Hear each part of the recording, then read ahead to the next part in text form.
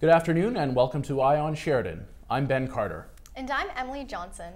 On today's show, new developments in the trial of Luka Magnotta, outrage over the misuse of chemotherapy drugs, and an abusive basketball coach loses his job. But first, are you in a joint program here at Sheridan? Wondering what will happen to your program when Sheridan becomes a university? Well, reporter Stephen Pike has the answer. For 41 years, Sheridan College and the University of Toronto, Mississauga have both played home to the Art and History program, Canada's first joint partnership program. But now that Sheridan is becoming a university, what will happen to this program and the other three joint programs the school offers? Programs, the kind of institution that Sheridan wants to become is truly one that is about partnerships. And that could be partnerships with new universities that we have yet to partner with, but also with existing colleges that would like to find pathways into Sheridan's degree. Well, some classes are at both campuses. Sheridan, we get more of like the technical, a lot of web design interactivity is done at Sheridan, whereas we do all our academic electives at York, as well as some other design courses. We also spoke with Ronnie Rosenberg, Dean of Animation, Arts and Design, to find out if she thinks the transition to Sheridan University will affect the school's joint programs.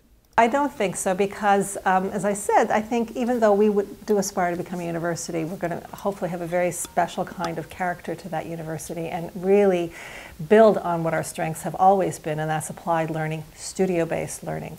As Sheridan prepares to transition into a university, they hope to add more and more joint programs to the current programs that are offered here at the school. For Eye on Sheridan, I'm Stephen Pike, Oakville. A letter from a psychiatrist that treated accused killer Luka Magnotta was made available to the public today. The letter states that Magnotta had paranoid schizophrenia and has been suffering from the illness since at least the year 2000. The doctor also mentioned that Magnotta was prescribed antipsychotic medication, but that he didn't always take it. Over 1,176 cancer patients have received chemotherapy cocktails that were watered down. Patients in London, Windsor, Peterborough, and Oshawa were given cyclophosphamide. The substance is used to treat cancers including breast and non-Hodgkin's lymphoma. The premixed bags held too much saline solution. This diluted the chemotherapy agent.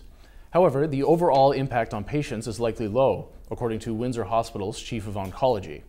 Cancer Care Ontario and the affected hospitals are working with the supplier to find the root of the problem. On a happier health note, Kayla Baker went through surgery this morning for a lung transplant. The 14-year-old was on the organ donor waiting list for 2 years. Her story has people rallying behind her. A Facebook page was created in her honor, and the city of Cambridge is dedicating Friday as Go Green for Kayla Day. The streets will be covered in green ribbons and bows to raise awareness for tissue and organ donation. A North York man is in serious condition after getting stabbed in the chest early this morning. Police arrived to an apartment building in the Bayview Avenue and Highway 401 area just before 7 a.m., responding to a potential domestic dispute.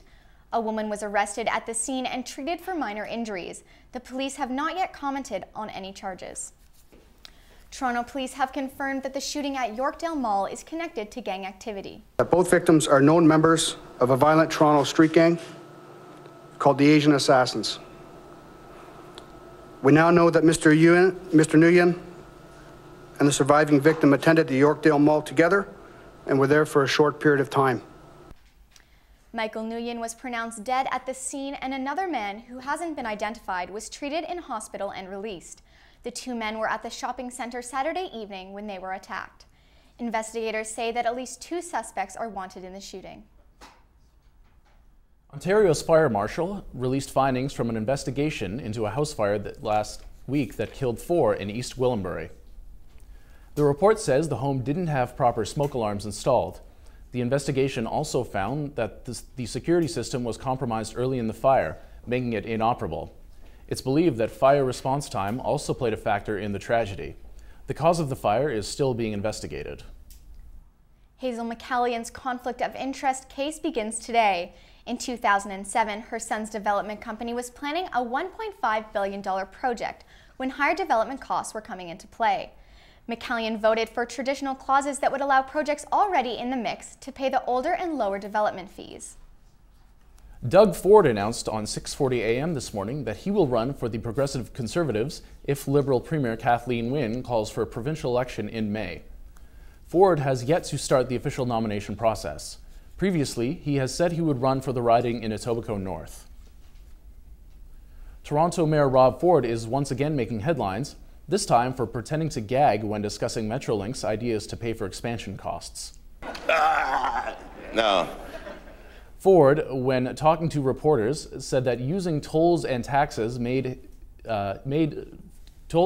pay for transit made him want to vomit. The suggested taxes include highway tolls, gas taxes, and parking space levies. The mayor went on to say that an easy way to cover transit costs would be to go ahead with the suggested plans to build a casino in the city. If Ford is upset with Metrolink's plans, here's something that's grinding the gears of Torontonians. The city's traffic has Twitter buzzing with complaints. A new IBM study shows that over an 11-month period, 40% of almost 10,000 tweets by Toronto drivers were negative. Issues brought up include construction, crashes, weather-related delays, and a lack of parking spaces. According to the survey, Halifax had less than 1,000 traffic-related tweets, and only 20% of those were negative. Posters promoting a gay-straight alliance might soon grace the walls of a Manitoba high school. Last year, Evan Weens, a teen who became the focal point for gay rights, created an alliance but was told that he could not put up the posters. Yesterday, he met with the member of the Hanover District School Board to overturn that decision. Board Superintendent Randy Dueck said a decision was made but won't be divulged until later today. 2 gay Manitoba restaurant owners are being forced to close down because of homophobic slurs they received while waiting on customers. The owners knew some people in the community may have a problem with them being gay, but didn't expect to face blatant ignorance and insults. Dave Claringbold and his partner are shutting down their eatery, Pots and Hands, just 4 months after it opened. A Sheridan grad is raising money for the environment. Last week there was a bake sale, tomorrow a dodgeball tournament, but the premier event, riding her bike all the way to Newfoundland. Andrea Stathers has the story. Stephanie Donison is a former graduate from the print journalism program at Sheridan College. She specializes in environmental journalism and is focusing her time on raising money to help restore a quarry in the Thousand Islands. Me and 2 other friends are going to be riding from Toronto to St. John's, Newfoundland to raise funds for an ecological restoration project. We're restoring a quarry site on Hill Island, so basically we're restoring the ecosystem. So we're planting pitch pine trees where they used to grow, and we are building a fence because there is an overabundant deer population on the island. Stephanie is receiving support from a social justice club at Sheridan's Trafalgar campus. A couple of the members explained to us why it is important to get involved in riding for restoration. It's a good thing to restore the forest as for ourselves as well, because being green is good, and yeah. Our environment is getting destroyed slowly, so I think doing a project like this would raise awareness that we need to give back to the environment. Stephanie is preparing physically for the 3,000-kilometer bike ride by working out at the Sheridan Gym every day.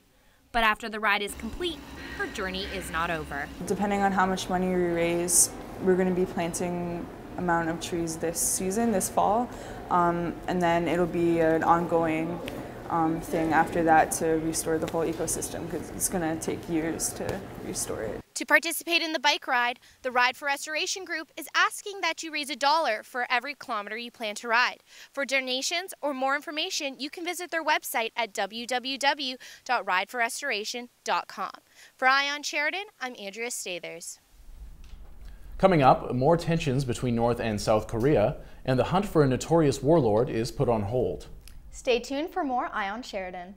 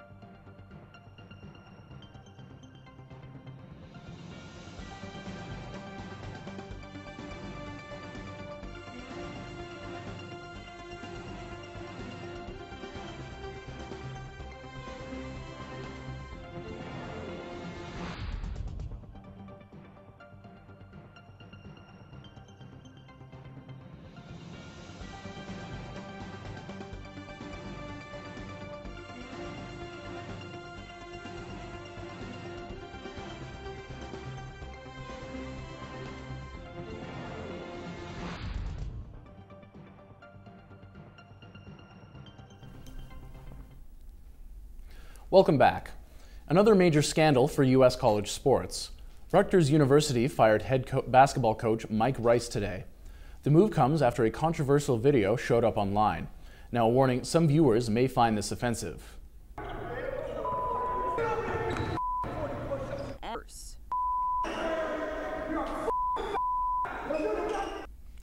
Rice is seen verbally and physically abusing his players during practices from 2010 to 2011. In the clips, we also see Rice using homophobic slurs to insult his team. His actions were brought to light after Director of Player Development Eric Murdoch showed the footage to school athletic department officials. According to Murdoch, the abuse forced many players to leave.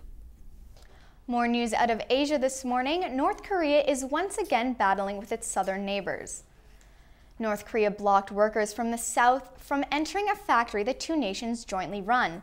The move to block South Koreans from going to their jobs at the plant comes during increased hostility from Pyongyang. The Kaesong Industrial Complex acts as the last remaining symbol of cooperation between the rival countries. The hunt for fugitive warlord Joseph Kony is suspended. Uganda's top military official explains troops have stopped their search because the new Central African government is not cooperating. The operations are on hold until the mission status is made clear by the African Union. Their mandate currently has forces deployed to the Central African country where, just over a week ago, rebel forces displaced the president and took the capital, Bangui.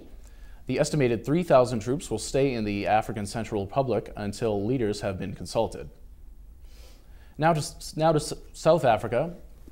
According to the President Jacob Zuma, the health of Nelson Mandela is improving. The former president has been in hospital for nearly a week. He's being treated for pneumonia. It's not known at this time whether the 94-year-old will be discharged. He's been hospitalized 3 times in the last 4 months. This includes 19 days in December when he was treated for a lung infection and had surgery for gallstones. At least 44 people are dead and 91 injured after an attack on a Western Afghan courthouse. The majority of victims are civilians. Suicide bombers disguised as soldiers stormed into the building in a failed attempt of freeing Taliban fighters standing trial. The attackers' National Army vests were convincing enough to get them bypassed through checkpoints. This is another example of how the Taliban are able to attack official institutions despite the high security measures. This is raising questions about the security in the country as NATO pulls out its combat forces over the next few years. Police in India are on the hunt for suspects after 4 sisters were attacked with acid. 2 men on motorcycles threw the substance at them last night before speeding off. The incident occurred in Shamli, a small town in the Uttar Pradesh state. The sisters were hospitalized with severe burns. The men used water guns to conceal the acid. Acid attackers can be jailed for 8 to 12 years depending on the severity of the injuries inflicted. No arrests have been made in the incident. Attacks on women are not uncommon in India. In December, a medical student was raped by 6 men on a bus. She later died of her injuries. Lawmakers in Connecticut will be debating gun control measures that will ban assault weapons and sales of ammunition magazines holding more than 10 rounds. Background checks on all firearm sales will also become mandatory. This comes after the devastating school shooting in Newtown in early December. Both gun right advocates and gun control supporters are expected to turn out in large numbers to voice their opinions on the proposal. A British couple has been found guilty for starting a fire that claimed the lives of 6 of their children. Prosecutors claim the fire was an attention-grabbing stunt gone wrong. The couple started the fire and planned on rescuing the kids and blaming the husband's ex-mistress to gain an advantage in a child custody battle his other children are involved in. The couple is awaiting sentencing. Figures released this morning by Eurostat show that inflation of the euro has dropped for the 3rd straight month to 1.7%. The rate matches the lowest countries in the European Union have experienced since 2010. The decline takes inflation below the European Central Bank's target of 2%, but no charges in the percent rates are expected for Thursday's monthly policy meeting. 2 surveys predict the North American economy will underperform this year. While Canadian sales and earnings growth are expected to rise above our southern neighbors, Deloitte's survey estimates a 9.4% drop in capital spending. The Royal Bank says this is due to subdued business investment and that means the loonie won't reach parity on a steady basis over the next couple of years. 40 years ago today, the first call on a mobile phone was made. This historic moment forever changed the way we interact in the world around us. Martin Cooper, then a senior telecoms engineer at Motorola, called an AT&T employee to brag that he was on a real cell phone. That phone, known as the Block, was then populated by movies like Wall Street. Flash forward to today, and there are almost more mobile phones on the planet than people. We'd like to apologize for the technical difficulties. Coming up, we've got the latest in sports and entertainment, including significant changes in the late-night comedy landscape. Stay tuned.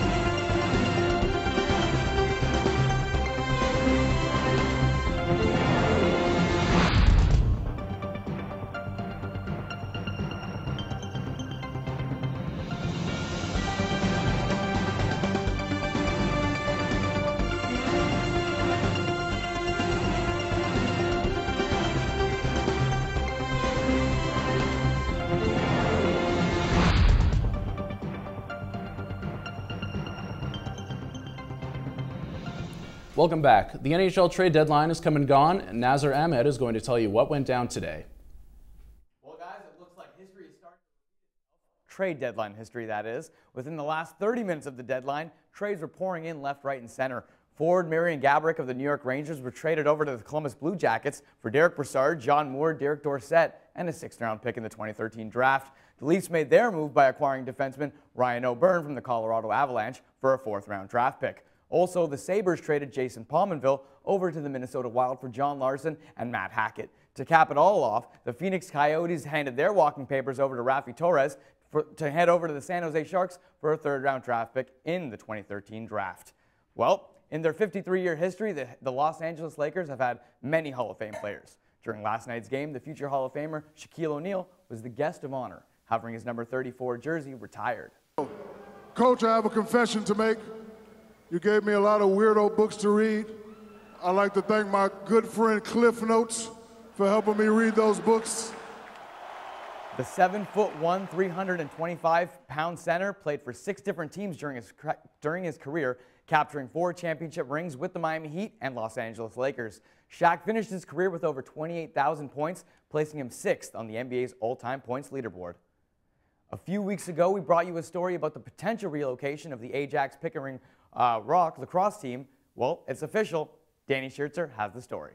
For owner Rob Roche, his plan to move the team has cleared its final hurdle of getting approval from the Ontario Lacrosse Association, and he can now move forward. For them to say, finally, yeah, you guys got the green light, it's all good. It was just a major relief so we can get on with it, move forward instead of sideways. The reason for the move was made necessary by low attendance and too much local competition. The biggest factor, I guess, was we were looking for a new facility to play out of, a new area.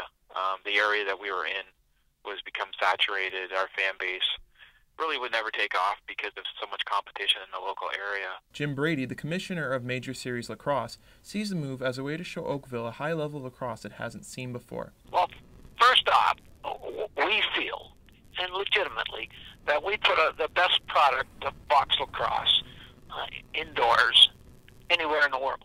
Mm-hmm. So we're going to present a traction for the Oakville people that they haven't seen the like of. For Rob Roche, he hopes to see his team hit 500 this year and set the foundation for a successful future. We know we're not going to win the Mann Cup year one, that's for sure. It's a building process. We're going to build each year to get to a point where we're a well-established team. With the move now official, the former Ajax Pickering Rock will now be known as the Oakville Rock, and they'll be playing their games here at the Toronto Rock Athletic Center. They'll look to improve on their 1-13 record from last year in their new home. For Ion Sheridan, I'm Danny Schertzer, Oakville. The most anticipated Blue Jays season in almost 2 decades kicked off last night at the Rogers Center. Newly acquired knuckleball pitcher R.A. Dickey got the call for the Jays, while Justin Masterson was on the mound for the visiting Indians. Cleveland would take an early 2-0 lead, and then in the bottom of the third with no outs, Adam Lynn grounds into a double play, but Melky Cabrera comes around to score. Tribe up 2-1. Top 5 now with a man on, and as Drupal Cabrera goes Yahtzee off of Dickey and puts this game out of reach. Final score 4-1 Indians. The Jays are back at it tonight when Brandon Morrow will be on the mound. First pitch slated for 7 p.m. Now it's time for your highlight of the night, and we go to Tropicana Field, where it's Evan Longoria making the diving stab and making the play from his arse, getting the racing Adam Jones out at first base, showing you he can do it with his glove as well as the bat. That was your highlight of the night. That's all for sports. Now I hear the face on my late night TV might be in for a change. Hit me with some entertainment, Ashley. That's right, Naz. NBC announced today that Jimmy Fallon will take over hosting duties from Jay Leno on The Tonight Show. Leno will wrap up 22 years of hosting the franchise in spring 2014, which marks the end of his current contract. It's unclear who will take over late night, Fallon's current show, but an announcement is expected soon. For Rolling Stones fans, the day has finally arrived. Here we are. It's time. 50 years. Right, we're going The to do first it. dates for their 50 and Counting tour have been announced, including a stop in Toronto on May 25th. They will also be performing in London at Hyde Park on July 6th, where they played almost 44 years ago to the day. Bon Jovi guitarist Richie Sambora has shocked fans by pulling out of the band's world tour. The guitarist failed to join his bandmates on stage in Canada Tuesday night. Apparently, Sambora will be taking an indefinite hiatus while he deals with personal issues. Fans have been reassured that the Because We Can tour will continue as planned, but has not yet been revealed who will be drafted in to replace Sambora. And it looks like the Biebs has been involved in some monkey business. The pop star has been given 1 month to collect his pet monkey. German custom officials seized the capuchin monkey at Munich airport last week when Bieber failed to present the certificates to bring the pet into the country. If Bieber does not present the papers in 1 month, then the 14-week-old monkey named Mally will be taken to animal shelter. Sheridan graduates are showcasing their beautiful ceramic artwork at the Gardiner Museum. Melissa Williams went to check it out. The graduates of Sheridan's ceramic program are prepping for their artistic debut at the Gardiner Museum. For the upcoming show at the Gardiner, it's definitely a different experience having my stuff in a museum for the first time. I'm extremely excited to have my work on display at the Gardiner.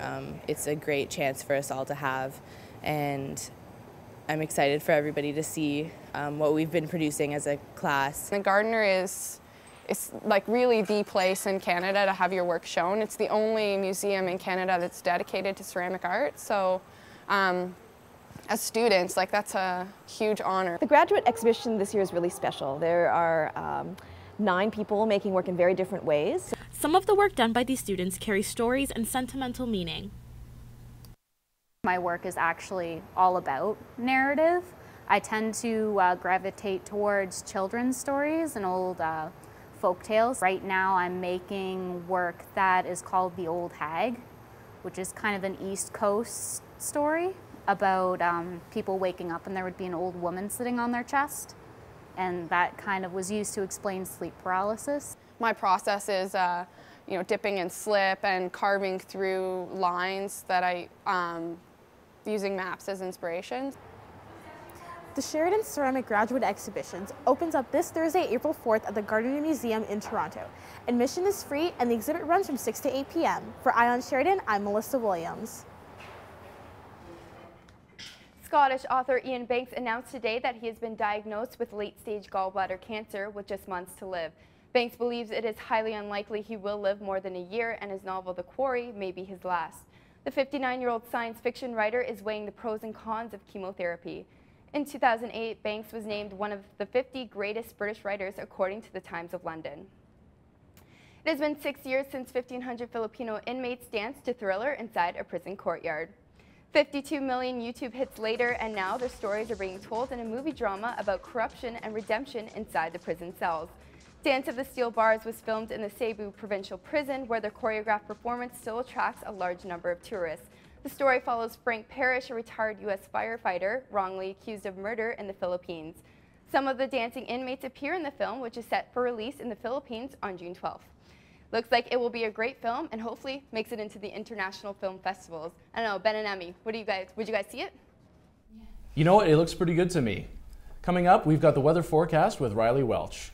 Will we finally see some spring weather out there this weekend? Let's find out.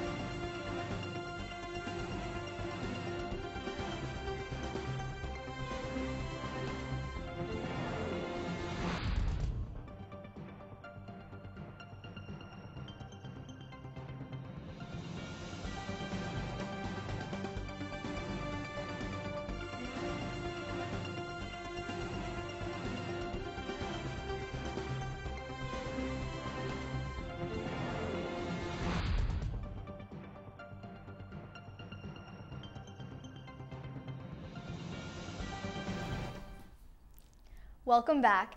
Now it's time to find out if spring is going to start feeling anything more like, well, spring. Riley? Well, yeah, actually tomorrow's going to be pretty beautiful. But lately it's been kind of wonky if you ask me. Right now we're sitting at 2 degrees with some few flurries. I know, flurries. Let's head into the 5-day forecast, why don't we? Thursday, we're going to have to see some sunny with a high of 9 degrees and a low of -2. Friday is going to be some partly clouds with a high of 6 and a low of 0.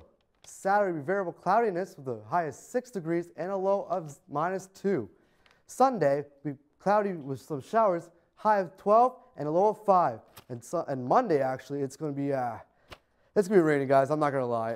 We're going to get 10 millimeters rather. I don't know. I'm messing up right now. 10 to 15 millimeters. But that's all for weather. Back to you guys at the desk. Thank you, Riley. If you thought your 20-minute walk to school was a pain, think again. Chinese middle schoolers have to conquer a cliff every day to make it to class. As part of the challenging trek, they have to climb up 2 ladders, which measure about 20 meters each. They are the only way to get to the outside world from the small village of Songzi County. Below the ladders is a 70-meter deep pit. He Yun is one of the students. His grandfather is one of the makers of the ladders. His village is plagued by poverty, and he says the journey is worth it. He wishes to get a strong education in order to build enough to earn money to build a road to the village. That's all for today's show. Thank you for watching our final episode of the semester.